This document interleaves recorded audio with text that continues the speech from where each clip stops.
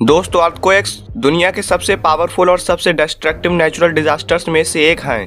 अर्थ के लिथोस्फीयर में एनर्जी के सडन रिलीज से कुछ वेव्स जनरेट होती हैं जो हर डायरेक्शन में ट्रैवल करती हैं, जिससे अर्थ का सरफेस शेक होने लगता है और इसी अर्थ के शेकिंग को हम अर्थक्वेक कहते हैं। लेकिन ये एनर्जी रिलीज क्यों होती है? इससे अर्थ का सरफेस कैसे शेक हो सकता है और क्या हम इसे प्रेडिक्ट कर सकते हैं? और अगर अर्थक्वेक आए तो हमें क्या करना चाहिए? तो आइए कुछ इन्हीं सवालों के जवाब जानने की कोशिश करते हैं आज के इस वीडियो में। दोस्तों, अर्थक्वेक के बारे में जानने से पहले आप थोड़ा अर्थ के बारे में समझ लें। दरअसल अर्थ 4 चीज़ों से बनी है और ये 4 चीज़ें हैं inner core, outer core, mental और क्रस्ट। इनर कोर का रेडियस लगभग 1250 किलोमीटर है। आउटर कोर की थिकनेस लगभग 2200 किलोमीटर है। फिर आता है मेंटल और इसकी थिकनेस है लगभग 2900 किलोमीटर्स और ये अर्थ का लगभग 84% वॉल्यूम कवर करता है। और लास्ट में आता है क्रस्ट, जिसका थिकनेस लगभग 5 से 70 किलोमीटर है। अब दोस्तों, यहाँ आता है लिथोस्फीयर, जो क्रस्ट और अपर मेंटल से बना होता है और इसकी थिकनेस लगभग 100 किलोमीटर होती है।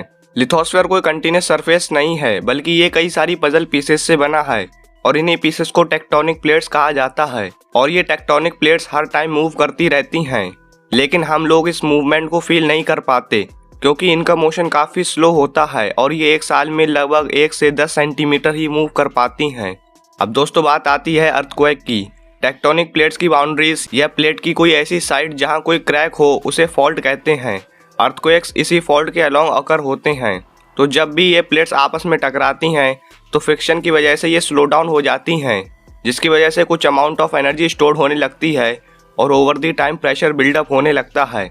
और जब फाइनली मूवमेंट की फोर्स फ्रिक्शन को ओवरकम करती है तो बिल्डअप प्रेशर और बहुत सारी अमाउंट ऑफ स्टोर्ड एनर्जी एकदम से वेव्स की फॉर्म में रिलीज हो जाती है और इन्हीं वेव्स को साइज्मिक वेव्स कहा जाता है।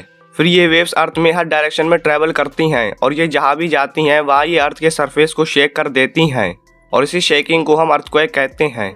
And this is how earthquake occurs. Earth के अंदर जहाँ अर्थक्वेक अकर होता है या ओरिजिनेट होता है, उस पॉइंट को हाइपोसेंटर कहा जाता है और इसी पॉइंट को फोकस ऑफ एन अर्थक्वेक भी कहा जाता है। और हाइपोसेंटर के ठीक ऊपर यानी अर्थ के सरफेस पर जो पॉइंट होता है उसे एपिसेंटर कहा जाता है।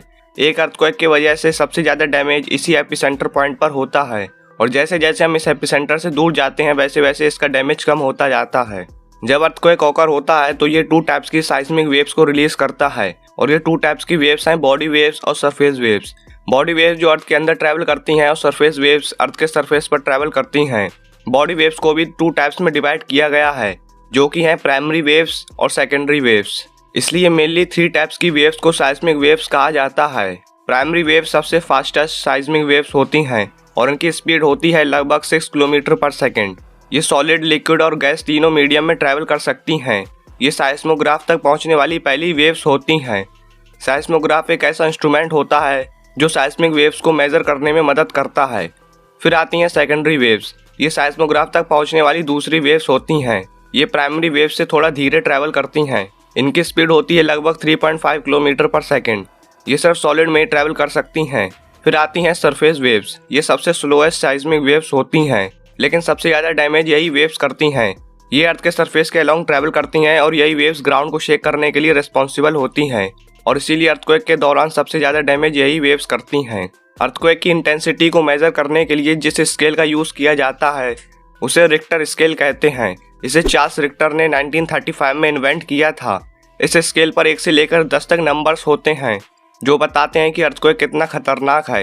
इस स्केल की ये खासियत है कि इसका हर नंबर पिछले वाले से 10 गुना ज़्यादा खतरनाक अर्थक्वेक बताता है। यानी अगर कोई अर्थक्वेक की मैग्नीट्यूड 5 है और एक की 6, तो 6 वाला 5 वाले से 10 टाइम्स स्ट्रॉन्गर होगा। अब अगर दोस्तों बात करें अर्थक्वेक के प्रिडिक्शन की, तो वर्तमान समय में ऐसी कोई टेक्नोलॉजी नहीं है जिससे हम अर्थक्वेक को प्रिडिक्ट कर सकें और एग्जैक्ट समय बता सकें कि कब और कहां अर्थक्वेक आएगा। लेकिन मैं आप लोगों को यह बता देता हूं कि अगर कोई अर्थक्वेक आ जाए तो आपको क्या करना चाहिए। सबसे पहले आप जहां हैं वहीं रहिए। अगर घर के अंदर हैं तो अंदर रहिए और अगर घर के बाहर हैं तो बाहर ही रहिए। अगर अर्थक्वेक के दौरान आप अंदर बाहर आने की कोशिश करेंगे तो ज़्यादा चांसेस हैं कि आप पर कोई चीज़ गिर सकती है और आपको चोट लग सकती है। अगर आप घर के अंदर हैं तो एक फ्रेज याद रखिए, drop, cover and hold on. इसका मतलब है किसी भी भारी और स्ट्रॉन्ग फर्नीचर के नीचे बैठ जाइए, जैसे कोई टेबल, डेस्क या बेड या कोई भी स्ट्रॉन्ग चीज़, और अपने सिर को कवर रखिए ताकि कोई चीज़ आपके सिर पर ना गिर जाए। और जिस भी ऑब्जेक्ट के नीचे आप बैठे हो उसे पकड़े रखिए, उसे होल्ड कर लीजिए ताकि आप उसके नीचे ही रहें। और इन केस अगर आसपास कोई फर्नीचर नहीं है तो किसी भी दीवार के कोने में जाकर बैठ जाइए। अगर आप कहीं बाहर हैं तो ऊंची बिल्डिंग्स, ऊंची ट्रीज और पावर लाइन से दूर रहें और कोशिश करें कोई ओपन एरिया में रहने की। तो दोस्तों ये थी कुछ जानकारी अर्थक्वेक के बारे में। मुझे उम्मीद है वीडियो आपको इन्फॉर्मेटिव और यूजफुल लगी होगी। अगर आपको वीडियो पसंद आया तो वीडियो को लाइक जरूर करें और ऐसी और वीडियोस देखने के लिए चैनल को सब्सक्राइब जरूर कर लें। तो मिलते हैं अगली वीडियो में।